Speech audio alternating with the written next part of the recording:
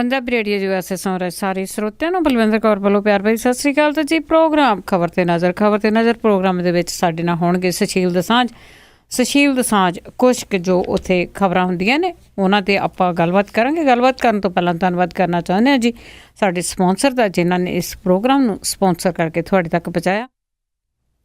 Khalsa insurance agency ਵਾਲੇ ਜੋ ਹਰ ਇੱਕ ਤਰ੍ਹਾਂ ਦੀ ਇੰਸ਼ੋਰੈਂਸ ਕਰਦੇ ਨੇ, ਉਹਨਾਂ ਦਾ ਫੋਨ ਨੰਬਰ 4082722500। ਗੁਰਦੀਪ ਸਿੰਘ ਬਿਰਦੀ ਕਲੋਬਸ ਤੋਂ, ਸ਼ੇਰਗਿੱਲ ਪਰਿਵਾਰ ਸਲਮਾ ਤੋਂ, ਰਸ਼ਪਾਲ ਕੌਰ ਖੰਗੂੜਾ ਦੇ ਪਰਿਵਾਰ ਸਲਮਾ ਤੋਂ, ਸਰਬਜੀਤ ਸਿੰਘ ਚੋਕਰ ਟਰਲਿਕ ਤੋਂ, ਰਸ਼ਪਾਲ ਕੌਰ ਖੰਗੂੜਾ ਦੇ ਪਰਿਵਾਰ ਬੇਕਰਸਫੀਲਡ, ਨਵਜੋਤ ਕੌਰ ਕਲੋਟੀ ਦੇ ਪਰਿਵਾਰ ਜੁਬਾ ਸਿਟੀ ਤੋਂ, ਸੁਰਿੰਦਰ ਕੌਰ ਧਾਮੀ ਦੇ ਪਰਿਵਾਰ ਸੀਰਜ ਤੋਂ, ਸੋਢੀ ਸਿੰਘ ਸੈਕਰਾਮੈਂਟੋ ਤੋਂ। ਬਹੁਤ ਬਹੁਤ ਇਹਨਾਂ ਦੇ ਧੰਨਵਾਦੀ, ਇਹਨਾਂ ਨੇ ਇਸ ਪ੍ਰੋਗਰਾਮ ਨੂੰ ਸਪੋਂਸਰ ਕਰਕੇ ਤੁਹਾਡੇ ਤੱਕ ਪਹੁੰਚਾਇਆ ਜੀ। ਚੱਲਦੇ ਹਾਂ ਜੀ ਹੁਣ ਪੰਜਾਬ ਤੇ ਗੱਲਬਾਤ ਕਰਾਂਗੇ। ਸੁਸ਼ੀਲ ਦਸਾਂਝ ਜੀ, ਸਤਿ ਸ਼੍ਰੀ ਅਕਾਲ, ਸਵਾਗਤ ਹੈ ਜੀ। ਬਹੁਤ ਬਹੁਤ ਮਿਹਰਬਾਨੀ ਬਲਵਿੰਦਰ ਜੀ, ਤੇ ਪੰਜਾਬੀ ਰੇਡੀਓ USA ਦੇ ਸਾਰੇ ਸਰੋਤਿਆਂ ਨੂੰ ਵੀ ਸੁਸ਼ੀਲ ਦਸਾਂਝ ਦੀ ਪਿਆਰ ਭਰੀ ਸਤਿ ਸ਼੍ਰੀ ਅਕਾਲ, ਆਦਾਬ ਤੇ ਨਮਸਕਾਰ। ਤੇ ਦੋਸਤੋ, ਅਸੀਂ ਤੁਹਾਡੇ ਨਾਲ ਪ੍ਰੋਗਰਾਮ ਖਬਰ ਤੇ ਨਜ਼ਰ ਵਿੱਚ ਖਬਰ ਤੇ ਨਜ਼ਰ ਪ੍ਰੋਗਰਾਮ ਖਾਸ ਤੌਰ ਤੇ ਅਸੀਂ ਪੰਜਾਬ ਦੇ ਤੇ ਭਾਰਤ ਦੇ ਰਾਜਸੀ ਤੇ ਸਮਾਜਿਕ ਤੇ ਆਰਥਿਕ ਘਟਨਾ ਚੱਕਰ ਦੇ ਉੱਤੇ ਆਪਣੀ ਸਮਝ ਦੇ ਮੁਤਾਬਕ ਟਿੱਪਣੀਆਂ ਕਰਦੇ ਹਾਂ। ਤੇ ਅੱਜ ਵੀ ਕੁਝ ਗੱਲਾਂ ਬਾਤਾਂ ਹੋਣਗੀਆਂ ਤੇ ਗੱਲਬਾਤ ਦਾ ਸਿਲਸਿਲਾ ਸ਼ੁਰੂ ਕਰਨਗੇ ਬਲਵਿੰਦਰ ਜੀ। ਜੀ ਸੁਸ਼ੀਲ ਜੀ, ਪੰਜਾਬ ਤੋਂ ਹੀ ਆਪਾਂ ਗੱਲਬਾਤ ਸ਼ੁਰੂ ਕਰਦੇ ਹਾਂ। ਪੰਜਾਬ ਦੇ ਵਿੱਚ ਜੋ ਘਟਨਾਵਾਂ ਪਿੱਛੇ ਘਟੀਆਂ ਆ, ਬਹੁਤ ਕੁਛ ਜਿਹੜਾ ਰਾਜਨੀਤਿਕ ਤੌਰ 'ਤੇ ਨੁਕਸਾਨ ਵੀ ਹੋ ਗਿਆ ਆ, ਕੁਝ ਕੁ ਲੋਕਾਂ ਦਾ ਨੁਕਸਾਨ ਹੋਇਆ ਆ। ਉਸੇ ਕਰਕੇ ਜਿਵੇਂ ਸੱਤਾਧਾਰੀ ਪਾਰਟੀ ਇਸ ਵੇਲੇ ਉਹਨਾਂ ਦਾ ਨੁਕਸਾਨ ਆ ਤੇ ਰਿਵਾਈਵ ਕਰਨ ਦੀ ਕੋਸ਼ਿਸ਼ ਦੇ ਵਿੱਚ ਆ, ਪਰ ਫਿਰ ਵੀ ਦੋਹਰੀ ਨੀਤੀ ਅਪਣਾ ਰਹੇ ਆ। ਵੱਡਾ ਬਾਦਲ ਕੁਝ ਹੋਰ ਬਿਆਨ ਦੇ ਰਿਹਾ ਤੇ ਛੋਟਾ ਕੁਝ ਹੋਰ ਬਿਆਨ ਦੇ ਰਿਹਾ। ਇਸ ਵਕਤ ਰਾਜਸੀ ਤੌਰ ਦੇ ਉੱਤੇ ਸਭ ਤੋਂ ਜ਼ਿਆਦਾ ਸੰਕਟ ਦੀ ਸਥਿਤੀ ਜੇ ਕਿਸੇ ਰਾਜਸੀ ਧਿਰ ਜਾਂ ਪਾਰਟੀ ਵਾਸਤੇ ਉਹ ਸ਼੍ਰੋਮਣੀ ਅਕਾਲੀ ਦਲ ਹੈ। ਪਿਛਲੇ 1.5 ਮਹੀਨੇ ਤੋਂ ਜਿਸ ਤਰ੍ਹਾਂ ਦੀਆਂ ਘਟਨਾਵਾਂ ਪੰਜਾਬ 'ਚ ਵਾਪਰੀਆਂ, ਉਹਨਾਂ ਘਟਨਾਵਾਂ ਦਾ ਆਰੰਭ ਜਿਵੇਂ ਹੁੰਦਾ ਹੈ ਤੇ ਆਰੰਭ ਤੋਂ ਬਾਅਦ ਲਗਾਤਾਰਤਾ ਜਿਹੜੀ ਉਹਨਾਂ ਘਟਨਾਵਾਂ ਦੀ ਬਣੀ ਰਹਿੰਦੀ ਹੈ। ਉਹਦੇ 'ਚ ਸ਼੍ਰੋਮਣੀ ਅਕਾਲੀ ਦਲ ਦੀ ਅਗਵਾਈ 'ਚ ਜਿਹੜੀ ਸਰਕਾਰ ਹੈ ਪੰਜਾਬ ਦੀ, ਉਹਦੀ ਅਣਗਹਿਲੀ ਜਿਹੜੀ ਹੈ ਉਹ ਸਾਫ਼ ਤੌਰ 'ਤੇ ਨਜ਼ਰ ਆਉਂਦੀ ਹੈ। ਇਸ ਅਣਗਹਿਲੀ ਕਾਰਨ ਲੋਕਾਂ ਦੇ ਰੋਹ ਜਾਂ ਗੁੱਸੇ ਦਾ ਸਾਹਮਣਾ ਸ਼੍ਰੋਮਣੀ ਅਕਾਲੀ ਦਲ ਦੀ ਲੀਡਰਸ਼ਿਪ ਨੂੰ ਕਰਨਾ ਪੈ ਰਿਹਾ ਤੇ ਖਾਸ ਤੌਰ ਦੇ ਉੱਤੇ ਬਾਦਲ ਪਰਿਵਾਰ ਨੂੰ। ਸਰ ਪ੍ਰਕਾਸ਼ ਸਿੰਘ ਬਾਦਲ ਦਾ ਜਿਸ ਤਰ੍ਹਾਂ ਦਾ ਸੁਭਾਅ ਰਿਹਾ ਹੁਣ ਤੱਕ, ਜਾਂ ਜਿਸ ਤਰ੍ਹਾਂ ਦਾ ਉਹਨਾਂ ਦਾ ਪਿਛਲੇ ਲੰਬੇ ਸਮੇਂ ਤੋਂ ਰਾਜਨੀਤਿਕ ਤਜਰਬਾ ਹੈ, ਉਹਦੇ ਮੁਤਾਬਕ ਸਰ ਪ੍ਰਕਾਸ਼ ਸਿੰਘ ਬਾਦਲ ਦੀ ਇੱਕ ਸ਼ਖਸੀਅਤ ਉੱਭਰਦੀ ਹੈ ਵੀ ਉਹ ਕੁਝ ਚੀਜ਼ਾਂ, ਜਿੱਦਾਂ ਅਸੀਂ ਅੱਗੇ ਵੀ ਗੱਲ ਕਰਦੇ ਰਹੇ, ਕੁਝ ਚੀਜ਼ਾਂ ਜਿਹੜੀਆਂ ਉਹ ਮਖੌਲ 'ਚ ਵੀ ਉਡਾਉਂਦੇ ਰਹੇ ਆ ਤੇ ਪੱਤਰਕਾਰ ਵੀ ਜੇ ਕਦੇ ਕੋਈ ਉਹਨਾਂ ਨੂੰ ਸਵਾਲ ਪੁੱਛਦੇ ਰਹੇ ਆ ਤੇ ਉਹਨਾਂ ਨੂੰ ਵੀ ਬੜੇ ਵਿਅੰਗ ਦੇ ਨਾਲ ਉਹ ਗੱਲ ਕਰਦੇ ਰਹੇ ਆ। ਇਸ ਕਰਕੇ ਉਹਨਾਂ ਦੀ ਇਸ ਤਰ੍ਹਾਂ ਦੀ ਸ਼ਖਸੀਅਤ ਉੱਭਰਦੀ ਰਹੀ ਹੈ ਕਿ ਸੀਰੀਅਸ ਤੋਂ ਸੀਰੀਅਸ ਇਸ਼ੂ ਦੇ ਉੱਤੇ ਵੀ ਉਹ ਥੋੜ੍ਹੀ ਵੱਖਰਾ ਸਟੈਂਡ ਲੈ ਕੇ ਆਪਣੀ ਪਾਰਟੀ, ਕਿਉਂਕਿ ਪਾਰਟੀ ਤਾਂ ਸਾਰੀ ਉਹਨਾਂ ਦੀ ਹੈ, ਪਰ ਕਿਉਂਕਿ ਸ਼੍ਰੋਮਣੀ ਅਕਾਲੀ ਦਲ ਦੇ ਪ੍ਰੈਜ਼ੀਡੈਂਟ ਸੁਖਬੀਰ ਬਾਦਲ ਹੈ, ਉਹ ਸੁਖਬੀਰ ਬਾਦਲ ਤੋਂ ਵੱਖਰਾ ਸਟੈਂਡ ਲੈ ਕੇ ਬਹੁਤ ਸਾਰੇ ਉਲਝੇ ਹੋਏ ਮਸਲਿਆਂ ਨੂੰ ਸੁਲਝਾਉਣ ਦੇ ਵਿੱਚ ਕਾਮਯਾਬ ਹੁੰਦੇ ਰਹੇ। ਪਰ ਹੁਣ ਉਹ ਸਮਾਂ ਲੰਘ ਗਿਆ, ਕਿਉਂਕਿ ਇਹ ਜਿਹੜਾ ਮੌਕਾ ਹੈ 1.5 ਮਹੀਨੇ 'ਚ ਜੋ ਕੁਝ ਵੀ ਹੋਇਆ, ਇਸ ਮੌਕੇ ਦੇ ਉੱਤੇ ਤੁਸੀਂ ਕਿਸੇ ਨਾਲ ਮਖੌਲ ਨਹੀਂ ਕਰ ਸਕਦੇ। ਜਿਹੜਾ ਅੰਦਾਜ਼ ਪਿਛਲੇ ਲੰਬੇ ਸਮੇਂ ਤੋਂ ਬਾਦਲ ਸਾਹਿਬ ਦਾ ਰਿਹਾ, ਜਿੱਦਾਂ ਮੈਂ ਜ਼ਿਕਰ ਕੀਤਾ ਕਿ ਸੀਰੀਅਸ ਤੋਂ ਸੀਰੀਅਸ ਮਸਲੇ ਉੱਤੇ ਵੀ ਉਹ ਮਖੌਲ ਦੀ ਰਾਜਨੀਤੀ ਕਰਦੇ ਰਹੇ ਆ। ਹੁਣ ਇਹ ਜਿਹੜਾ ਮੁੱਦਾ ਹੈ, ਕਿਉਂਕਿ ਸਿੱਧੇ ਤੌਰ ਤੇ ਧਾਰਮਿਕ ਜਜ਼ਬਾਤ ਦੇ ਨਾਲ, ਆਸਥਾ ਨਾਲ, ਅਕੀਦੇ ਨਾਲ ਜੁੜਿਆ ਹੋਇਆ ਹੈ, ਇਸ ਕਰਕੇ ਇੱਥੇ ਹੁਣ ਮਖੌਲ ਦੀ ਰਾਜਨੀਤੀ ਜਿਹੜੀ ਹੈ ਉਹ ਸੂਟ ਨਹੀਂ ਕਰ ਸਕਦੀ ਬਾਦਲ ਸਾਹਿਬ ਨੂੰ। ਇਸ ਕਰਕੇ ਉਹਨਾਂ ਨੂੰ ਮੁਆਫੀ ਮੰਗਣੀ ਪਈ ਹੈ। ਉਹਨਾਂ ਨੇ ਲੁਧਿਆਣੇ 'ਚ ਜਾ ਕੇ ਇਹ ਗੱਲ ਕਹੀ ਵੀ ਜੇ ਪੰਜਾਬ ਦੇ ਵਿਗੜੇ ਹੋਏ ਹਾਲਾਤ ਵਾਸਤੇ ਮੈਂ ਜ਼ਿੰਮੇਵਾਰ ਹੈ ਜਾਂ ਮੇਰੀ ਪਾਰਟੀ ਜ਼ਿੰਮੇਵਾਰ ਹੈ ਤਾਂ ਮੈਂ ਮੁਆਫੀ ਚਾਹੁੰਦਾ। ਤੇ ਇਹ ਗੱਲ ਕਰਕੇ ਬਾਦਲ ਸਾਹਿਬ ਪੰਜਾਬ ਦੇ ਵਿੱਚ ਜਿਹੜੀ ਪੀੜਤ ਧਿਰ ਹੈ ਇਸ ਵੇਲੇ, ਖਾਸ ਤੌਰ ਤੇ ਇਹਨਾਂ ਮਾਮਲਿਆਂ ਦੇ ਵਿੱਚ, ਤੇ ਉਸ ਪੀੜਤ ਧਿਰ ਨੂੰ ਥੋੜ੍ਹੀ ਕਹਿ ਲਓ ਵੀ ਢਾਰਸ ਦੇਣ ਦੀ ਕੋਸ਼ਿਸ਼ ਦੇ ਵਿੱਚ ਹੈ, ਉਹਨਾਂ ਦਾ ਗੁੱਸਾ ਸ਼ਾਂਤ ਕਰਨ ਦੀ ਕੋਸ਼ਿਸ਼ ਦੇ ਵਿੱਚ ਹੈ। ਦੂਜੇ ਬੰਨੇ ਸਰਦਾਰ ਸੁਖਬੀਰ ਸਿੰਘ ਬਾਦਲ ਉਸੇ ਦਿਨ ਸੰਗਰੂਰ ਦੇ ਵਿੱਚ ਜਦ ਉਹਨਾਂ ਨੂੰ ਲੋਕਾਂ ਦੇ ਵੱਡੇ ਵਿਰੋਧ ਦਾ ਸਾਹਮਣਾ ਕਰਨਾ ਪੈਂਦਾ ਤੇ ਉਹ ਇੱਕ ਤਾਂ ਕਾਂਗਰਸ ਪਾਰਟੀ ਤੇ ਖੁੱਲ੍ਹੇਆਮ ਦੋਸ਼ ਲਾਉਂਦੇ ਨੇ ਵੀ ਕਾਂਗਰਸ ਪਾਰਟੀ ਇਹ ਸਾਰਾ ਕੁਝ ਵਿਗਾੜਨ ਤੇ ਹੋਈ ਹੈ, ਨਾਲ ਦੀ ਨਾਲ ਕੈਪਟਨ ਅਮਰਿੰਦਰ ਤੇ ਵੀ ਹਮਲਾ ਬੋਲਦੇ ਨੇ ਤੇ ਫਿਰ ਮੁੱਦੇ ਨੂੰ ਭਟਕਾਉਣ ਦੀ ਖਾਤਰ ਇਹ ਗੱਲ ਵੀ ਕਹਿ ਜਾਂਦੇ ਹੈ ਵੀ ਪੰਜਾਬ ਦੇ ਵਿੱਚ ਪੰਜਾਬ ਦੇ ਮੁੱਖ ਮੰਤਰੀ ਅਮਨ ਅਮਾਨ ਲਿਆਉਣਾ ਚਾਹੁੰਦੇ ਹੈ ਤੇ ਕੈਪਟਨ ਅਮਰਿੰਦਰ ਰੂਸਾ ਦੇ ਵਿੱਚ ਲੀਨ ਹੋਣਾ ਚਾਹੁੰਦੇ ਆ, ਯਾਨੀ ਮੁੜ ਕੇ ਰੂਸਾ ਆਲਮ ਦਾ ਨਾਂ ਲੈ ਕੇ ਸੁਖਬੀਰ ਬਾਦਲ ਆਉਂਦੇ ਆ ਜਾਣ ਬੁੱਝ ਕੇ ਮੁੱਦਿਆਂ ਤੋਂ ਸਾਰੀ ਗੱਲ ਭਟਕਾਉਣ ਵਾਸਤੇ, ਕਿਉਂਕਿ ਜਿਹੜੀ ਪੰਜਾਬ ਦੇ ਲੋਕਾਂ ਦੀ ਮਾਨਸਿਕਤਾ ਜਾਂ ਸਾਡੇ ਦੇਸ਼ ਦੇ ਲੋਕਾਂ ਦੀ ਮਾਨਸਿਕਤਾ ਅਸੀਂ ਕਥਾਵਾਚਕਾਂ ਦੇ ਮੁਲਕ 'ਚ ਰਹਿੰਦੇ ਹਾਂ, ਅਸੀਂ ਬਾਤਾਂ ਦੇ ਵਿੱਚੋਂ ਲੰਘ ਕੇ ਆਏ ਹਾਂ, ਅਸੀਂ ਬਾਤਾਂ ਸੁਣਦੇ ਆਦੀ ਹਾਂ। ਭਾਵ ਮੇਰਾ ਕਹਿਣ ਤੋਂ ਹੈ ਵੀ ਸਾਡਾ ਕੰਨ ਰਸ ਜਿਹੜਾ ਆ ਉਹ ਬੜਾ ਇੰਪੋਰਟੈਂਟ ਹੈ ਤੇ ਉਹ ਕੰਨ ਰਸ ਨੂੰ ਭਾਂਪ ਕੇ ਸੁਖਬੀਰ ਬਾਦਲ ਰੂਸਾ ਆਲਮ ਨੂੰ ਵਿੱਚ ਖਿੱਚ ਕੇ ਲਿਆਉਂਦੇ ਆ ਤਾਂ ਜੋ ਲੋਕ ਕੈਪਟਨ ਅਮਰਿੰਦਰ ਤੇ ਰੂਸਾ ਆਲਮ ਦੀਆਂ ਗੱਲਾਂ ਕਰਨ ਲੱਗ ਪੈਣ।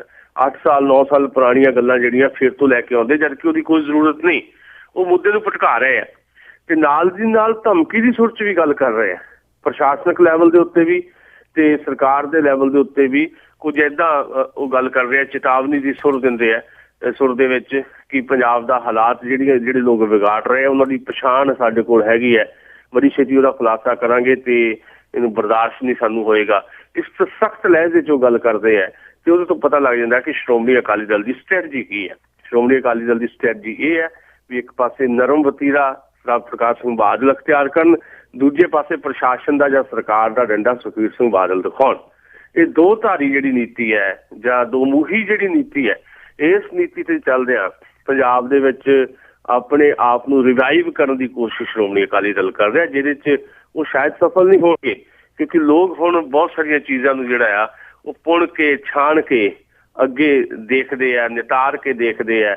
ਬਹੁਤ ਕੁਝ ਲੋਕਾਂ ਨੂੰ ਪਤਾ ਲੱਗ ਜਾਂਦਾ ਹੈ ਅੱਜ ਦੇ ਇਸ ਇਲੈਕਟ੍ਰੋਨਿਕ ਯੁੱਗ ਦੇ ਵਿੱਚ, ਇਸ ਕਰਕੇ ਲੋਕਾਂ ਨੂੰ ਇੰਨੀ ਛੇਤੀ ਵਰਗਲਾਇਆ ਨਹੀਂ ਜਾ ਸਕਦਾ। ਦੂਜੀ ਗੱਲ, ਕੇਵਲ ਪੰਜਾਬ ਦੇ ਵਿੱਚ ਇਹੀ ਮਸਲਾ ਨਹੀਂ ਹੈ, ਇਹਦੇ ਨਾਲ ਪੰਜਾਬ ਦੇ ਕਿਸਾਨ ਕਿੰਨੇ ਦੁਖੀ ਹੈ। ਉਹ ਅੱਜ ਸਿਕੰਦਰ ਸਿੰਘ ਮਲੂਕਾ ਜਦੋਂ ਕੋਠਾ ਗੁਰੂ ਪਿੰਡ 'ਚ ਗਿਆ ਸੀ ਉੱਥੇ ਜਿਸ ਤਰ੍ਹਾਂ ਦਾ ਵਿਰੋਧ ਉਹਨੂੰ ਬਰਦਾਸ਼ਤ ਕਰਨਾ ਪਿਆ, ਬਾਅਦ ਵਿੱਚ ਮਲੂਕੇ ਦੇ ਗੁੰਡਾ ਬ੍ਰਿਗੇਡ ਨੇ ਜਿੱਦਾਂ ਕਿਸਾਨਾਂ ਦੇ ਉੱਤੇ ਪੁਲਿਸ ਦੇ ਨਾਲ ਰਲ ਕੇ ਲਾਠੀ ਚਾਰਜ ਕੀਤਾ, ਉਹਦੇ ਤੋਂ ਪਤਾ ਲੱਗ ਜਾਂਦਾ ਹੈ ਕਿ ਸਰਕਾਰ ਦੀਆਂ ਪਹਿਲ ਕਦਮੀਆਂ ਕੀ ਹੈ। ਸਰਕਾਰ ਆਪਣੀ ਜ਼ਿੰਮੇਵਾਰੀ ਤੋਂ ਭੱਜ ਰਹੀ ਹੈ, ਸਰਕਾਰ ਜਵਾਬਦੇਹੀ ਤੋਂ ਭੱਜ ਰਹੀ ਹੈ ਤੇ ਡੰਡੇ ਦੇ ਜ਼ੋਰ ਦੇ ਨਾਲ ਪੰਜਾਬ ਦੇ ਲੋਕਾਂ ਨੂੰ ਸੂਤ ਕਰ ਦੇਣ ਦੀਆਂ ਧਮਕੀਆਂ ਦੇ ਰਹੀ ਹੈ। ਇਹ ਪੰਜਾਬ ਦੇ ਲੋਕ ਜਿਹੜੇ ਆ ਕਿਸੇ ਵੀ ਕੀਮਤ ਤੇ ਪ੍ਰਵਾਨ ਕਰਨ ਵਾਲੇ ਨਹੀਂ ਜਾਂ ਬਰਦਾਸ਼ਤ ਕਰਨ ਵਾਲੇ ਨਹੀਂ।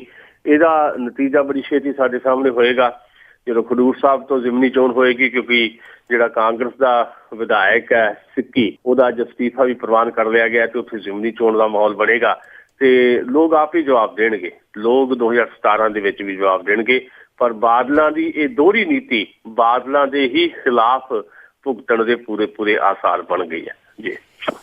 ਜੀ ਤੇ ਅੱਗੇ ਆਪਾਂ ਅਕਾਲੀਆਂ ਤੋਂ ਬਾਅਦ ਗੱਲ ਕਰੀਏ ਕਾਂਗਰਸ ਦੀ। ਪੰਜਾਬ ਦੇ ਵਿੱਚ ਕਾਂਗਰਸ ਦਾ ਜੋ ਕਾਟੋ ਕਲੇਸ਼ ਰਿਹਾ ਕਈ ਸਾਲਾਂ ਤੋਂ ਇਸ ਤਰ੍ਹਾਂ ਰਿਹਾ ਹੈ ਕਿ ਕਾਂਗਰਸ ਦੇ ਲੀਡਰ ਹੈਗੇ ਆ ਉਹ ਆਪਸ ਵਿੱਚ ਇਕੱਠੇ ਵੀ ਦਿਖਾਈ ਦੇ ਰਹੇ ਆ, ਇੱਕ ਦੂਜੇ ਵੱਲ ਅੱਖਾਂ ਵੀ ਨਹੀਂ ਕੱਢ ਰਹੇ ਤੇ ਬਿਆਨ ਵੀ ਇਸ ਤਰ੍ਹਾਂ ਦੇ ਇਕੱਠੇ ਹੀ ਦੇ ਰਹੇ ਆ। ਦੇਖੋ, ਬਿਹਾਰ ਦੀਆਂ ਚੋਣਾਂ ਜਿਹੜੀਆਂ ਹੋਈਆਂ, ਬਿਹਾਰ ਚੋਣਾਂ ਦੇ ਵਿੱਚ ਭਾਰਤੀ ਜਨਤਾ ਪਾਰਟੀ ਦੀ ਅਗਵਾਈ 'ਚ ਜਿਹੜਾ NDA ਸੀ ਉਹਦੇ ਖਿਲਾਫ ਜਿਹੜਾ ਇੱਕ ਮਹਾ ਗੱਠਜੋੜ ਬਣਿਆ ਜਿਹਦੇ ਵਿੱਚ ਰਾਸ਼ਟਰੀ ਜਨਤਾ ਦਲ ਤੇ ਜਨਤਾ ਦਲ ਯੂਨਾਈਟਿਡ ਤੇ ਕਾਂਗਰਸ ਪਾਰਟੀ ਸ਼ਾਮਲ ਸੀ। ਉਹਦਾ ਬਹੁਤ ਹੀ ਸਫਲ ਪ੍ਰਯੋਗ ਬਿਹਾਰ ਦੇ ਵਿੱਚ ਉਸ ਮਹਾ ਗੱਠਜੋੜ ਦਾ ਹੋਇਆ ਤੇ ਬੜੀ ਹੈਰਾਨਕੁਨ ਜਿੱਤ ਜਿਹੜੀ ਆ ਮਹਾ ਗੱਠਜੋੜ ਨੇ ਹਾਸਿਲ ਕੀਤੀ ਹੈ। ਉਮੀਦ ਤੋਂ ਜ਼ਿਆਦਾ ਉਹਨਾਂ ਨੇ ਸੀਟਾਂ ਹਾਸਿਲ ਕਰ ਲਈਆਂ। ਉਹਦੇ ਤੋਂ ਬਾਅਦ ਬਿਹਾਰ ਦੇ ਵਿੱਚ ਜਿਹੜਾ ਇਹ ਬੜਾ ਸਫਲ ਪ੍ਰਯੋਗ ਹੋਇਆ, ਕਾਂਗਰਸ ਪਾਰਟੀ ਦੀ ਨੈਸ਼ਨਲ ਪਾਲਿਸੀ ਇੱਕ ਬਣੀ ਹੈ।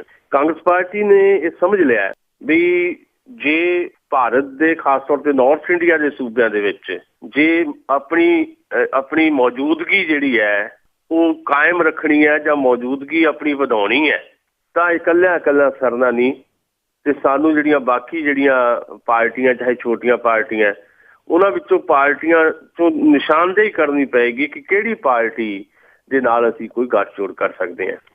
ਇਸ ਨੈਸ਼ਨਲ ਪਾਲਿਸੀ ਦੇ ਅਧੀਨ ਹੀ ਪੰਜਾਬ ਦੇ ਵਿੱਚ ਪਹਿਲੀ ਵਾਰ ਹੈ ਕਿ ਪ੍ਰਤਾਪ ਸਿੰਘ ਬਾਜਵਾ ਨੇ ਇਹ ਗੱਲ ਕਹੀ ਕਿ ਅਸੀਂ ਬਿਹਾਰ ਵਾਂਗ ਹੀ ਪੰਜਾਬ ਵਿੱਚ ਵੀ ਅਕਾਲੀ ਦਲ ਤੇ ਭਾਰਤੀ ਜਨਤਾ ਪਾਰਟੀ ਦੇ ਖਿਲਾਫ ਇੱਕ ਗੱਠਜੋੜ ਬਣਾਵਾਂਗੇ। ਦੂਸਰੇ ਦਿਨ ਹੀ ਕੈਪਟਨ ਅਮਰਿੰਦਰ ਨੇ ਵੀ ਇਹ ਗੱਲ ਕਹਿਤੀ ਕਿ ਹਮ ਖਿਆਲ, ਉਹਨਾਂ ਨੇ ਭਾਵੇਂ ਇਹ ਗੱਲ ਕਹੀ ਵੀ ਪਹਿਲ ਕਦਮੀ ਜਾਂ ਪ੍ਰਾਇਓਰਟੀ ਤਾਂ ਇਹ ਹੈ ਕਿ ਪੰਜਾਬ ਕਾਂਗਰਸ ਦਾ ਜਿਹੜਾ ਜਥੇਬੰਦਕ ਢਾਂਚਾ ਆ ਜਾਂ ਲੀਡਰਸ਼ਿਪ ਦੀ ਤਬਦੀਲੀ ਦਾ ਮਾਮਲਾ ਪਹਿਲਾਂ ਨਿਪਟਾਇਆ ਜਾਏਗਾ, ਫਿਰ ਹਮ ਖਿਆਲ ਪਾਰਟੀਆਂ ਨਾਲ ਗੱਲਬਾਤ ਚਲਾਈ ਜਾਏਗੀ ਤੇ ਹਮ ਖਿਆਲ ਪਾਰਟੀਆਂ ਦੇ ਸਹਿਯੋਗ ਦੇ ਨਾਲ ਇੱਕ ਗੱਠਜੋੜ ਬਣਾ ਕੇ ਪੰਜਾਬ 'ਚ ਕਾਂਗਰਸ ਪਾਰਟੀ ਇਹ ਚੋਣਾਂ ਜਿੱਤੇਗੀ। ਹੁਣ ਇਹ ਗੱਲ ਆਪਣੇ ਆਪ 'ਚ ਬੜੀ ਇੰਪਾਰਟੈਂਟ ਹੈ ਕਿ ਪਿਛਲੇ 4-4.5 ਸਾਲ ਤੋਂ ਲਗਾਤਾਰ ਕੈਪਟਨ ਅਮਰਿੰਦਰ ਸਿੰਘ ਤੇ ਪ੍ਰਤਾਪ ਸਿੰਘ ਬਾਜਵਾ ਦੇ ਵਿੱਚ ਸਿਆਸੀ ਤੌਰ ਦੇ ਉੱਤੇ ਬੜੀ ਤਲਖ ਕਲਾਮੀ ਹੁੰਦੀ ਰਹੀ ਹੈ। ਹੁਣ ਅਚਾਨਕ ਹੀ ਹਰ ਮੁੱਦੇ ਦੇ ਉੱਤੇ ਉਹ ਇਕੱਠੇ ਹੁੰਦੇ ਦਿਖਾਈ ਦੇ ਰਹੇ ਆ, ਸੁਰ ਉਹਨਾਂ ਦੀ ਮਿਲਦੀ ਦਿਖਾਈ ਦੇ ਰਹੀ ਹੈ। ਅੱਜ ਤੱਕ ਨਹੀਂ ਸੀ ਹੋਇਆ ਵੀ ਚਾਹੇ ਡਰੱਗ ਦਾ ਇਸ਼ੂ ਹੋਵੇ, ਜੇ ਪ੍ਰਤਾਪ ਸਿੰਘ ਬਾਜਵਾ ਨੇ ਮੰਗ ਕਰਤੀ ਡਰੱਗ ਦੇ ਇਸ਼ੂ ਤੇ ਵੀ ਇਹਦੀ CBI ਦੀ ਜਾਂਚ ਹੋਣੀ ਚਾਹੀਦੀ ਹੈ, ਕੈਪਟਨ ਅਮਰਿੰਦਰ ਨੇ ਨਾਲ ਦੀ ਨਾਲ ਹੀ ਕਹਿ ਦਿੱਤਾ ਕਿ ਪੁਲਿਸ ਪੰਜਾਬ ਦੀ ਬਹੁਤ ਵਧੀਆ ਕੰਮ ਕਰ ਰਹੀ ਹੈ, CBI ਜਾਂਚ ਦੀ ਕੀ ਜ਼ਰੂਰਤ ਹੈ।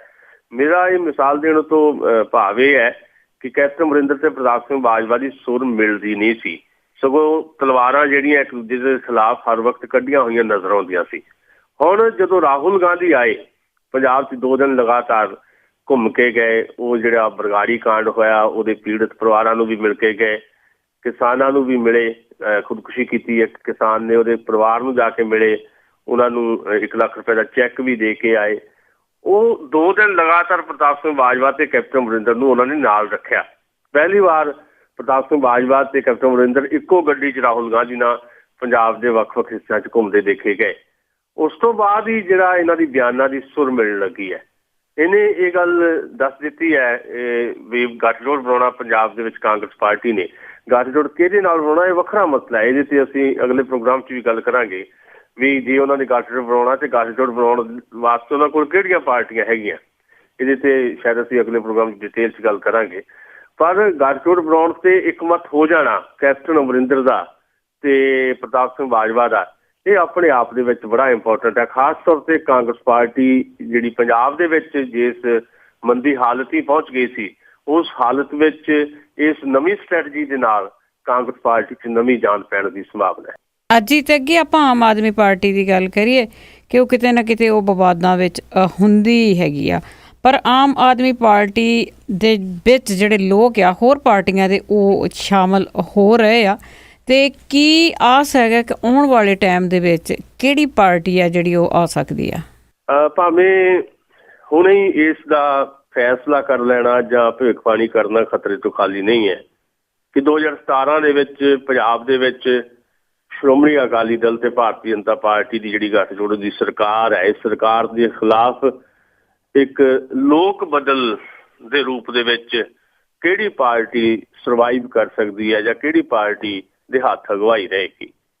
ਪਰ ਉਹਦੇ ਬਾਵਜੂਦ ਕੁਝ ਚਰਚਾ ਅਸੀਂ ਇਸ ਬਹਾਨੇ ਨਾਲ ਕਰ ਸਕਦੇ ਹਾਂ ਵੀ ਭਾਵੇਂ ਕਾਂਗਰਸ ਪਾਰਟੀ ਦਾ ਜਿੱਦਾਂ ਅਸੀਂ ਚਰਚਾ ਕੀਤਾ ਕਿ ਕਾਂਗਰਸ ਪਾਰਟੀ ਦੇ ਵਿੱਚ ਇੱਕ ਨਵਾਂ ਆਗਾਜ਼ ਹੁੰਦਾ ਦਿਖਾਈ ਦੇ ਰਿਹਾ ਕਿ ਪੁਰਾਣੇ ਸਾਰੇ ਆਪਣੇ ਇੱਕ ਦੂਜੇ ਦੇ ਵਿਰੋਧ ਛੱਡ ਕੇ ਕੈਪਟਨ ਤੇ ਬਾਜਵਾ ਦੇ ਧੜੇ ਜਿਹੜੇ ਆ ਉਹ ਲਗਭਗ ਇੱਕ ਮੰਚ ਤੇ ਇੱਕ ਪਲੇਟਫਾਰਮ ਤੇ ਆਉਂਦੇ ਦਿਖਾਈ ਦੇ ਰਹੇ ਆ, ਜਿਹਦੇ ਕਰਕੇ ਪੰਜਾਬ ਦੇ ਵਿੱਚ ਕਾਂਗਰਸ ਦੀ ਹਾਲਤ ਜਿਹੜੀ ਆ ਬਿਹਤਰ ਹੋਏਗੀ।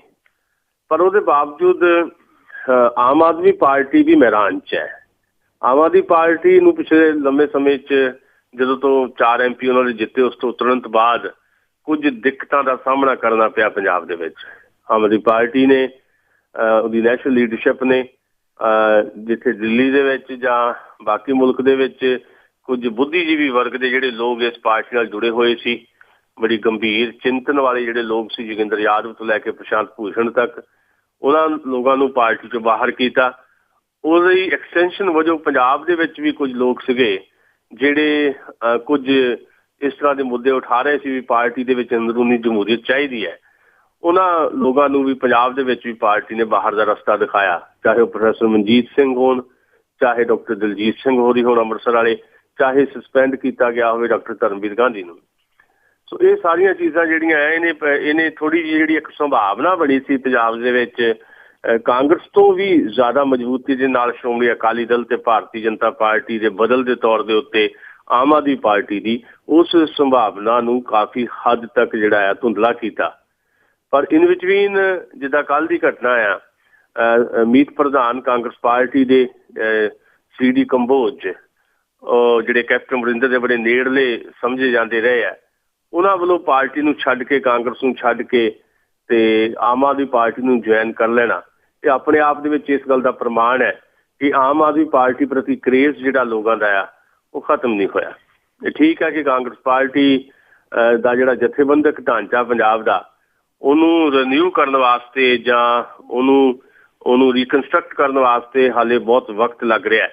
ਇਹਦੇ ਕਰਕੇ ਕਾਂਗਰਸ ਪਾਰਟੀ ਦੇ ਹਲਕਿਆਂ 'ਚ ਨਿਰਾਸ਼ਾ ਹੈ। ਪਰ ਜੇ ਕਾਂਗਰਸ ਪਾਰਟੀ ਦੇ ਹਲਕਿਆਂ ਦੇ ਵਿੱਚੋਂ ਕੁਝ ਆਗੂ ਕਾਂਗਰਸ ਨੂੰ ਅਲਵਿਦਾ ਕਹਿ ਕੇ ਜੇ ਕੋਈ ਬਦਲਦੇ ਤੌਰ ਤੇ ਲੱਭਦੇ ਆਮ ਆਦਮੀ ਪਾਰਟੀ ਨੂੰ, ਤੇ ਇਹਦਾ ਭਾਵ ਇਹ ਹੈ ਕਿ ਲੋਕਾਂ ਦੇ ਵਿੱਚ ਵੀ ਤੇ ਸਿਆਸੀ ਆਗੂਆਂ ਦੇ ਵਿੱਚ ਵੀ ਹਾਲੇ ਵੀ ਆਮ ਆਦਮੀ ਪਾਰਟੀ ਦਾ ਕਰੇਜ਼ ਬਣਿਆ ਹੋਇਆ। ਲਾਜ਼ਮੀ ਤੌਰ ਦੇ ਉੱਤੇ ਉਹ ਇੱਕ ਤਾਕਤ ਵਜੋਂ ਪੰਜਾਬ ਦੇ ਵਿੱਚ 2017 ਦੇ ਚੋਣ ਪਿੜ ਦੇ ਵਿੱਚ ਨਜ਼ਰ ਆਏਗੀ। ਪਰ ਜੇ ਕਾਂਗਰਸ ਪਾਰਟੀ ਦੀ ਅਗਵਾਈ ਜਿੱਦਾਂ ਸੰਭਾਵਨਾ ਹੈ ਕੈਪਟਨ ਅਮਰਿੰਦਰ ਦੇ ਹੱਥਾਂ 'ਚ ਸੌਂਪ ਦਿੱਤੀ ਜਾਂਦੀ ਹੈ, ਤਾਂ ਫਿਰ ਤਾਂ ਲਾਜ਼ਮੀ ਤੌਰ ਦੇ ਉੱਤੇ ਸ਼੍ਰੋਮਣੀ ਅਕਾਲੀ ਦਲ ਤੇ ਭਾਰਤੀ ਜਨਤਾ ਪਾਰਟੀ ਦੇ ਬਦਲ ਦੇ ਤੌਰ ਦੇ ਉੱਤੇ, ਇੱਕ ਮਜ਼ਬੂਤ ਬਦਲ ਦੇ ਤੌਰ ਦੇ ਉੱਤੇ ਕੈਪਟਨ ਅਮਰਿੰਦਰ ਦੀ ਅਗਵਾਈ ਦੇ ਵਿੱਚ ਕਾਂਗਰਸ ਪਾਰਟੀ ਦੀ ਹੀ ਝੰਡੀ ਰਹੇਗੀ।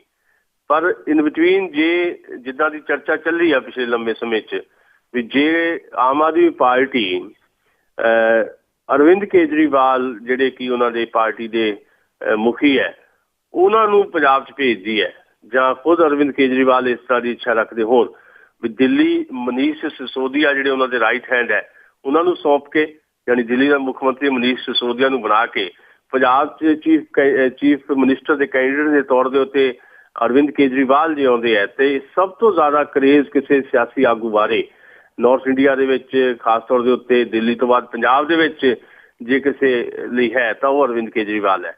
ਫਿਰ ਆਮ ਆਦਮੀ ਪਾਰਟੀ ਤੇ ਕਾਂਗਰਸ ਪਾਰਟੀ 'ਚ ਮੁਕਾਬਲਾ ਹੋਏਗਾ ਕਿ ਸ਼੍ਰੋਮਣੀ ਅਕਾਲੀ ਦਲ ਤੇ BJP ਗੱਠਜੋੜ ਦੇ ਖਿਲਾਫ ਕਿਹੜੀ ਧਿਰ ਜਿਹੜੀ ਹੈ ਉਹ ਨਿਖਰ ਕੇ ਜ਼ਿਆਦਾ ਤੇਜ਼ੀ ਦੇ ਨਾਲ ਉੱਭਰੇਗੀ। ਤਾਂ ਆਮ ਆਦਮੀ ਪਾਰਟੀ ਦੀਆਂ ਸੰਭਾਵਨਾਵਾਂ ਵੱਧ ਜਾਣਗੀਆਂ, ਕਿਉਂਕਿ ਇੱਥੇ ਵਿਅਕਤੀ ਵਿਸ਼ੇਸ਼ ਭਾਵੇਂ ਕੁਝ ਨਹੀਂ ਕਰਿਆ ਕਰਦਾ, ਪਰ ਉਹਦੇ ਬਾਵਜੂਦ ਸਾਡੀ ਮਾਨਸਿਕਤਾ ਦੇ ਵਿੱਚ ਚਮਤਕਾਰ ਬੈਠੇ ਹੋਏ ਹੈ। ਅਸੀਂ ਚਮਤਕਾਰ ਦੀ ਉਡੀਕ ਕਰਦੇ ਰਹਿੰਦੇ ਹਾਂ, ਅਸੀਂ ਕਿਸੇ ਮਹਾਂਪੁਰਖ ਦੀ ਉਡੀਕ ਕਰਦੇ ਰਹਿੰਦੇ ਹਾਂ। ਅਸੀਂ ਸੋਚਦੇ ਹਾਂ ਕਿ ਸਾਡੇ ਦੁੱਖਾਂ ਨੂੰ ਹਰਨ ਵਾਸਤੇ ਕੋਈ ਉੱਪਰੋਂ ਕੋਈ ਉਤਰ ਕੇ ਆਏਗਾ ਕਿ ਸਾਡੇ ਸਾਰੇ ਮਸਲੇ ਹੱਲ ਕਰ ਦੇਗਾ। ਇਸੇ ਕਰਕੇ ਕਈ ਵਾਰ ਅਸੀਂ ਬਾਬਾ ਰਾਮਦੇਵ ਦੇ ਵਿੱਚੋਂ ਆਪਣੀ ਮੁਕਤੀ ਭਾਲਣ ਲੱਗ ਪੈਂਦੇ ਹਾਂ। ਕਦੇ ਸਾਡੇ ਵਾਸਤੇ ਅੰਨਾ ਹਜ਼ਾਰੇ ਸਾਡਾ ਨਾਇਕ ਹੋ ਜਾਂਦਾ ਹੈ ਤੇ ਕਦੇ ਅਰਵਿੰਦ ਕੇਜਰੀਵਾਲ। ਇਸ ਸਾਰੀ ਸਿਚੁਏਸ਼ਨ ਦੇ ਵਿੱਚ ਆਮ ਲੋਕਾਂ ਦੀ ਜਿਹੜੀ ਮਾਨਸਿਕਤਾ ਹੈ ਉਹਨੂੰ ਐਕਸਪਲਾਇਟ ਕਰਨ ਦੀ ਜਿਹੜੀ ਬਹੁਤੀ ਕਹਿ ਲਓ ਵੀ ਰਣਨੀਤਿਕ ਤੇ ਦਾਅਪੇਚਕ ਪਾਲਿਸੀ ਜਿਹੜੀ ਹੈ ਆਮ ਆਦਮੀ ਪਾਰਟੀ ਜੇ ਅਡੋਪਟ ਕਰਦੀ ਹੈ ਤੇ ਅਰਵਿੰਦ ਕੇਜਰੀਵਾਲ ਨੂੰ ਪੰਜਾਬ 'ਚ ਚੀਫ ਮਿਨਿਸਟਰ ਦੇ ਤੌਰ ਤੇ ਪੇਸ਼ ਕਰਕੇ ਅੱਗੇ ਲਾਉਂਦੀ ਹੈ, ਤਾਂ ਸ਼ਾਇਦ ਆਮ ਆਦਮੀ ਪਾਰਟੀ ਜਿਹੜੀ ਹੈ ਉਹ ਬਹੁਤ ਵੱਡਾ ਗੇਨ ਕਰ ਸਕਦੀ ਹੈ। ਜੀ ਅੱਜ ਹੀ ਤੇ ਅੱਗੇ ਆਪਾਂ ਗੱਲ ਕਰੀਏ, ਜਿਸ ਤਰ੍ਹਾਂ ਪੈਰਿਸ ਦੇ ਵਿੱਚ ਐਡਾ ਵੱਡਾ ਹੈਪਨ ਹੋਇਆ ਆ, ਉਸ ਹੈਪਨ ਤੇ ਗੱਲਬਾਤ ਕੀਤੀ ਹੈ ਜੀ। ਜਿਹੜੇ ਪਾਵਰਫੁਲ ਮੁਲਕਾਂ ਦੇ ਪ੍ਰਧਾਨ ਮੰਤਰੀ ਸੀ, ਵੱਡੇ ਵੱਡੇ ਲੀਡਰ ਇਕੱਠੇ ਹੋਏ ਸੀ G20 ਲਈ, ਉਹਨਾਂ ਨੇ ਇੱਕ ਮਤਾ ਪਾਸ ਕੀਤਾ ਕਿ ਜਿਹੜੀ ਆਈਸਿਸ ਨੂੰ ਲੋਕੀ ਦਿੰਦੇ ਆ ਮਦਦ, ਉਸ ਨੂੰ ਕਿਸੇ ਨਾ ਕਿਸੇ ਤਰ੍ਹਾਂ ਬੰਦ ਕੀਤਾ ਜਾਵੇ। ਉਹ ਮਤੇ ਕੀਤੇ ਗਏ ਆ, ਮਤਿਆਂ ਤੇ ਦਸਤਖਤ ਕੀਤੇ ਗਏ। ਕੀ ਇਸ ਤਰ੍ਹਾਂ ਕਰਨ ਦੇ ਨਾਲ ਜਿਹੜੀ ਪ੍ਰੋਬਲਮ ਹੈ ਕੋਈ ਸੋਲਵ ਹੋ ਸਕਦੀ ਹੈ?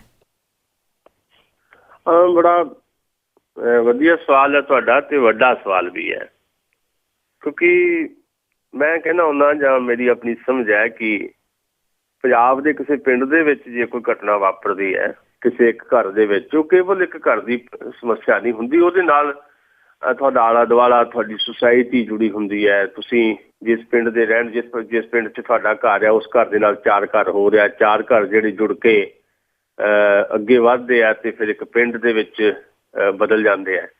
ਇੱਕ ਪਿੰਡ ਜਿਹੜਾ ਲਾਗਲੇ ਪਿੰਡਾਂ ਨਾਲ ਜੁੜ ਕੇ ਬਕਾਇਦਾ ਇੱਕ ਜ਼ਿਲ੍ਹਾ ਬਣਦਾ ਹੈ, ਜ਼ਿਲ੍ਹਾ ਬਾਕੀ ਜ਼ਿਲ੍ਹਿਆਂ ਨਾਲ ਜੁੜ ਕੇ ਸਟੇਟ ਬਣ ਜਾਂਦਾ ਹੈ, ਸਟੇਟ ਬਾਕੀ ਸਟੇਟਾਂ ਨਾਲ ਮਿਲ ਕੇ ਦੇਸ਼ ਬਣ ਜਾਂਦੀ ਹੈ, ਤੇ ਦੇਸ਼ ਬਾਕੀ ਮੁਲਕਾਂ ਨਾਲ ਜੁੜ ਕੇ ਸੰਸਾਰ ਬਣ ਜਾਂਦਾ ਹੈ।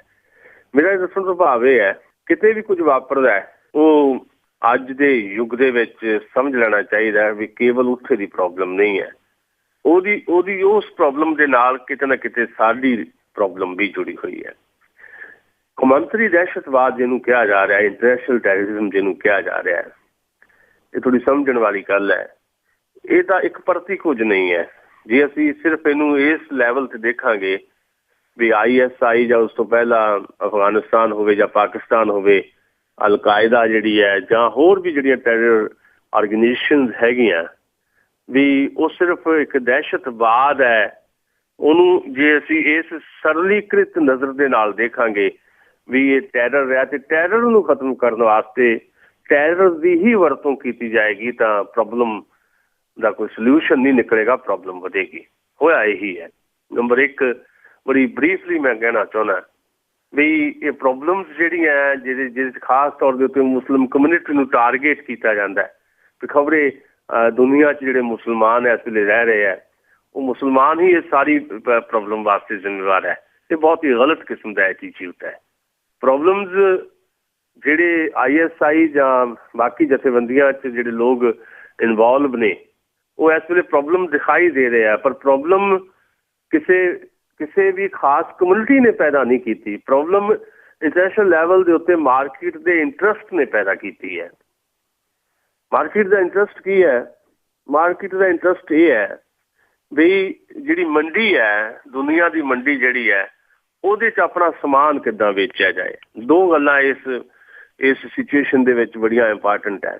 ਨੰਬਰ 1, ਤੇਲ ਦੀ ਲੜਾਈ ਜਿਹੜੀ ਹੈ, ਜਦੋਂ ਨਹੀਂ ਸੀ ਪਤਾ ਕਿ ਇਹ ਰੇਗਿਸਤਾਨ ਜਿਹੜੇ ਖਾੜੀ ਦੇ ਮੁਲਕਾਂ 'ਚ ਹੈ, ਇਹਨਾਂ ਰੇਗਿਸਤਾਨਾਂ ਦੇ ਹੇਠਾਂ ਬਹੁਤ ਵੱਡੇ ਭੰਡਾਰ ਤੇਲ ਦੇ ਨੇ, ਉਦੋਂ ਤੱਕ ਇਹ ਸਾਰੇ ਰੇਗਿਸਤਾਨ ਜਿਹੜੇ ਹੈ ਉਹ ਬਹੁਤ ਸ਼ਾਂਤ ਮੁਲਕਾਂ ਵਜੋਂ ਵਿਚਰਦੇ ਰਹੇ।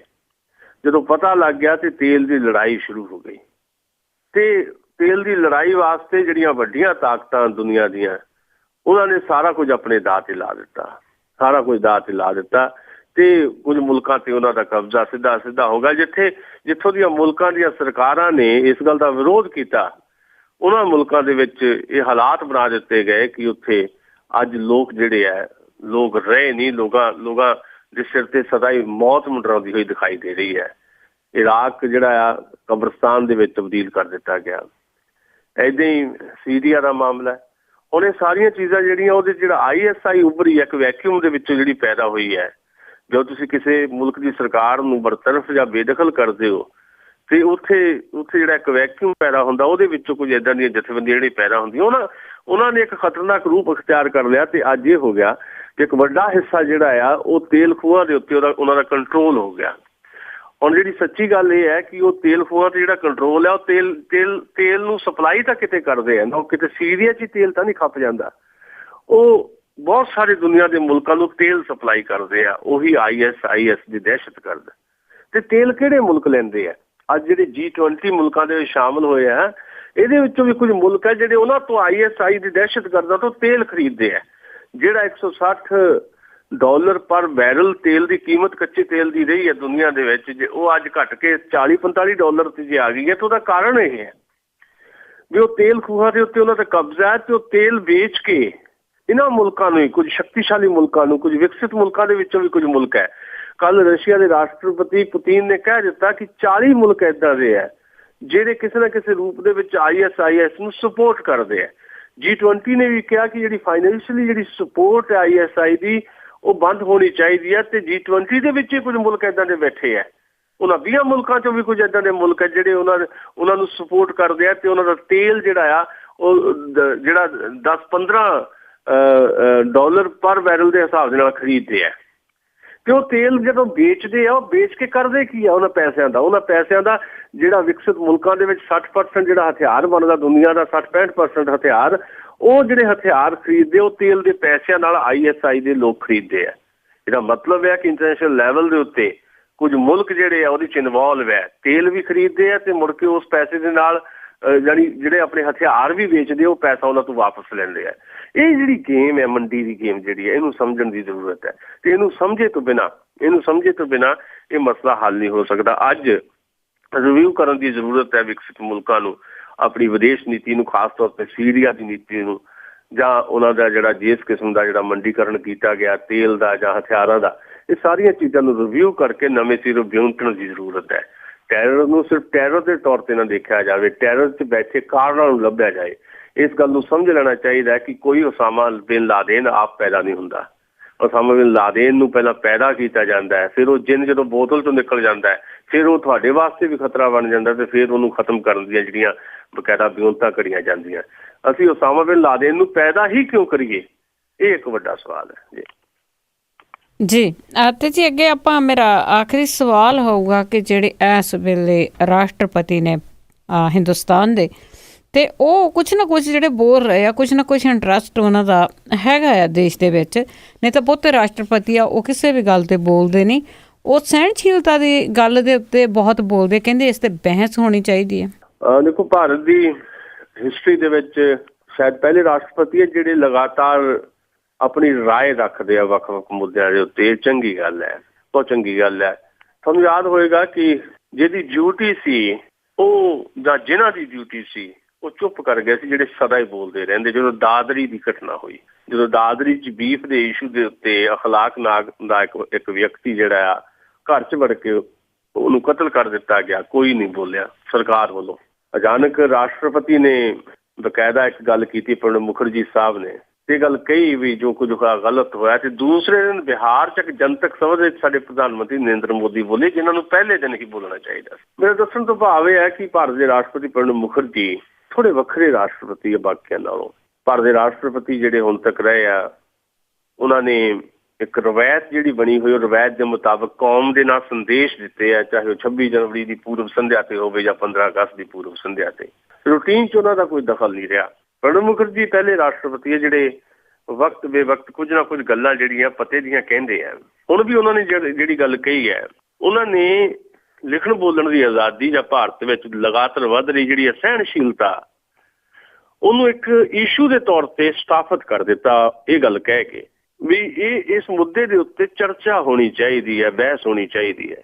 ਉਹ ਇਸ਼ੂ ਜਿਹੜਾ ਲੇਖਕਾਂ ਨੇ ਚੱਕਿਆ, ਜਿਹਦੇ 'ਚ ਪੰਜਾਬ ਦੇ ਲੇਖਕ ਵੀ ਵੱਡੇ ਪੱਧਰ ਤੇ ਸ਼ਾਮਲ ਰਹੇ, ਸੁਜੀਤ ਪਾਤਰ ਤੋਂ ਲੈ ਕੇ ਜਸਵਿੰਦਰ ਤੱਕ, ਦਰਸ਼ਨ ਬੁੱਟਰ ਤੱਕ, ਬਲਦੇਵ ਸੜਕਨਾਮਾ ਤੱਕ, ਇਹ ਲੋਕਾਂ ਨੇ ਜਦੋਂ ਦੇਸ਼ ਪੱਧਰ ਦੇ ਉੱਤੇ ਬਕਾਇਦਾ ਇਸ ਤਰ੍ਹਾਂ ਦਾ ਮਾਹੌਲ ਬਣਨ ਲੱਗਾ, ਕਲਬੁਰਗੀ ਦਾ ਮਰਡਰ ਕਰ ਦਿੱਤਾ ਗਿਆ, ਤੇ ਉਹਦੇ ਵਿਰੋਧ ਦੇ ਵਿੱਚ ਜਦੋਂ ਨੈਨਤਾਰਾ ਸਹਿਗਲ ਜਾਂ ਉਸ ਤੋਂ ਪਹਿਲਾਂ ਉਹਦੇ ਪ੍ਰਕਾਸ਼ ਨੇ ਜਿਹੜਾ ਭਾਰਤੀ ਸਾਹਿਤ ਅਕੈਡਮੀ ਇਨਾਮ ਮੋੜਿਆ, ਉਸ ਤੋਂ ਬਾਅਦ ਪਦਮ ਸ਼੍ਰੀ ਮੋੜਨ ਤੱਕ ਜਿਹੜੀ ਚਰਚਾ ਚੱਲੀ ਗਈ। ਸਾਡੀ ਵੱਡੀ ਲੇਖਕ ਦਲੀਪ ਕੌਰ ਟਿਵਾਣਾ ਨੇ ਪਦਮ ਸ਼੍ਰੀ ਵੀ ਵਾਪਸ ਕਰ ਦਿੱਤਾ।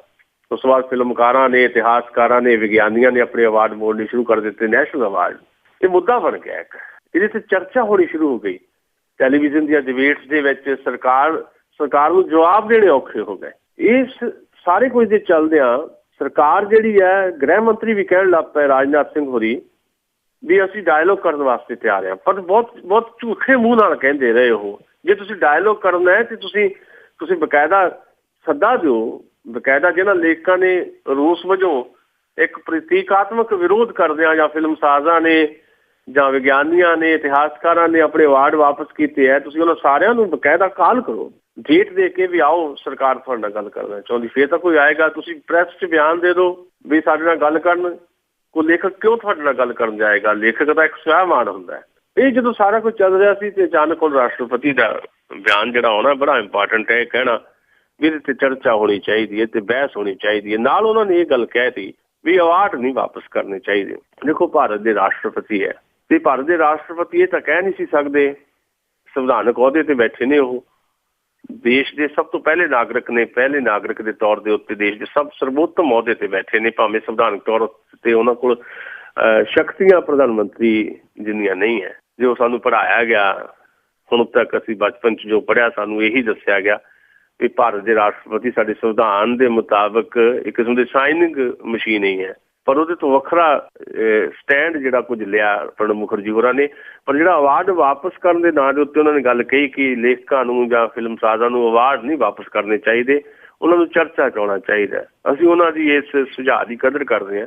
ਪਰ ਨਾਲ ਇਹ ਕਹਿਣਾ ਚਾਹੁੰਦੇ ਹਾਂ ਕਿਉਂਕਿ ਉਹ ਸੰਵਿਧਾਨਕ ਅਹੁਦੇ ਤੇ ਬੈਠੇ ਸੀ, ਉਹਨਾਂ ਨੇ ਇਸ ਮੁੱਦੇ ਨੂੰ ਕੇਂਦਰ 'ਚ ਲੈਣ ਦਾ, ਡਿਬੇਟ ਦਾ ਇਸ਼ੂ ਬਣਾ ਦਿੱਤਾ। ਪਰ ਉਹ ਇਹ ਥੋੜ੍ਹਾ ਕਹਿ ਸਕਦੇ ਸੀ ਕਿ ਜਿਹੜੇ ਲੇਖਕ ਇਨਾਮ ਵਾਪਸ ਕਰ ਰਹੇ ਉਹ ਠੀਕ ਕਰ ਰਹੇ ਆ। ਫਿਰ ਉਹ ਸੰਵਿਧਾਨਕ ਤੌਰ ਦੇ ਉੱਤੇ ਜਿਸ ਅਹੁਦੇ ਤੇ ਬੈਠੇ ਆ, ਉਸ ਅਹੁਦੇ ਤੇ ਬੈਠਿਆ ਉਹ ਕਹਿ ਹੀ ਨਹੀਂ ਸੀ ਸਕਦੇ। ਜੇ ਅੱਜ ਉਹ ਰਾਸ਼ਟਰਪਤੀ ਨਾ ਹੁੰਦੇ, ਕਾਂਗਰਸ ਪਾਰਟੀ ਦੇ ਸੀਨੀਅਰ ਲੀਡਰ ਦੇ ਤੌਰ ਦੇ ਨੈਸ਼ਨਲ ਲੀਡਰ ਦੇ ਤੌਰ ਤੇ ਸਾਡੇ ਸਾਹਮਣੇ ਹੁੰਦੇ, ਫਿਰ ਉਹਨਾਂ ਨੇ ਇੱਕ ਸਟੈਪ ਅੱਗੇ ਜਾਣਾ ਸੀ। ਫਿਰ ਉਹਨਾਂ ਨੇ ਇਹੀ ਕਹਿਣਾ ਸੀ ਕਿ ਲੇਖਕਾਂ ਦਾ ਵਿਰੋਧ ਜਿਹੜਾ ਆ, ਅਵਾਰਡ ਵਾਪਸ ਕਰਨਾ ਜਿਹੜਾ ਸਿੰਬੋਲਿਕ ਕਿਸਮ ਦਾ ਜਿਹੜਾ ਵਿਰੋਧ ਹੈ, ਮੈਂ ਉਹਦੀ ਸਪੋਰਟ 'ਚ ਹੈ। ਹੁਣ ਵੀ ਉਹ ਸਪੋਰਟ 'ਚ ਹੀ ਨੇ। ਹੁਣ ਵੀ ਉਹਨਾਂ ਨੇ ਇਹ ਕਹਿ ਕੇ ਕਿ ਇਹਦੇ ਤੇ ਚਰਚਾ ਹੋਵੇ, ਦੇਸ਼ ਦੇ ਵਿੱਚ ਇੱਕ ਮੁੱਦਾ ਜਿਹੜਾ ਆ ਉਹਨੂੰ ਬਣਾ ਦਿੱਤਾ ਹੈ। ਤੇ ਸੰਵਿਧਾਨਕ ਤੌਰ ਦੇ ਉੱਤੇ ਕਿਉਂਕਿ ਉਹ ਰਾਸ਼ਟਰਪਤੀ ਦੀ ਕੁਰਸੀ ਤੇ ਬੈਠੇ, ਇਸ ਕਰਕੇ ਉਹ ਇਹ ਕਹਿ ਨਹੀਂ ਸੀ ਸਕਦੇ ਕਿ ਲੇਖਕ ਜਿਹੜੇ ਅਵਾਰਡ ਵਾਪਸ ਕਰ ਰਹੇ ਉਹ ਠੀਕ ਕਰ ਰਹੇ ਆ। ਉਹਨਾਂ ਨੇ ਇੱਕ ਸਲਾਹ ਦੇ ਤੌਰ ਤੇ, ਐਡਵਾਈਸ ਦੇ ਤੌਰ ਤੇ ਇਹ ਗੱਲ ਕਹੀ ਹੈ। ਅਸੀਂ ਉਹਨਾਂ ਦੀਆਂ ਭਾਵਨਾਵਾਂ ਦੀ ਕਦਰ ਕਰਦੇ ਹਾਂ। ਜੀ ਥੈਂਕ ਯੂ, ਬਹੁਤ ਬਹੁਤ ਧੰਨਵਾਦ ਸੁਸ਼ੀਲ ਦਸਾਂਝ ਜੀ। ਮਿਹਰਬਾਨੀ, ਸ਼ੁਕਰੀਆ ਜੀ। ਥੈਂਕ ਯੂ ਜੀ। ਇਹ ਸਾਂਝੀ ਸਰੋਤਿਓ ਸੁਸ਼ੀਲ ਦਸਾਂਝ ਜੋ ਸਾਡੇ ਨਾਲ ਜੁੜਦੇ ਨੇ ਅਤੇ ਕੁਛ ਕੁ ਜਿਹੜੀਆਂ ਅਹਿਮ ਖਬਰਾਂ ਹੁੰਦੀਆਂ ਉਹਨਾਂ ਨਾਲ ਆਪਾਂ ਗੱਲਬਾਤ ਕਰਦੇ ਹਾਂ। ਹੁਣ ਬਲਵਿੰਦਰ ਕੌਰ ਵੱਲੋਂ ਵੀ ਅਗਲੇ ਬੁਲਟਨ ਤੱਕ ਸਾਰਿਆਂ ਨੂੰ ਹੀ ਪਿਆਰ ਭਰੀ ਸਤਿ ਸ੍ਰੀ ਅਕਾਲ।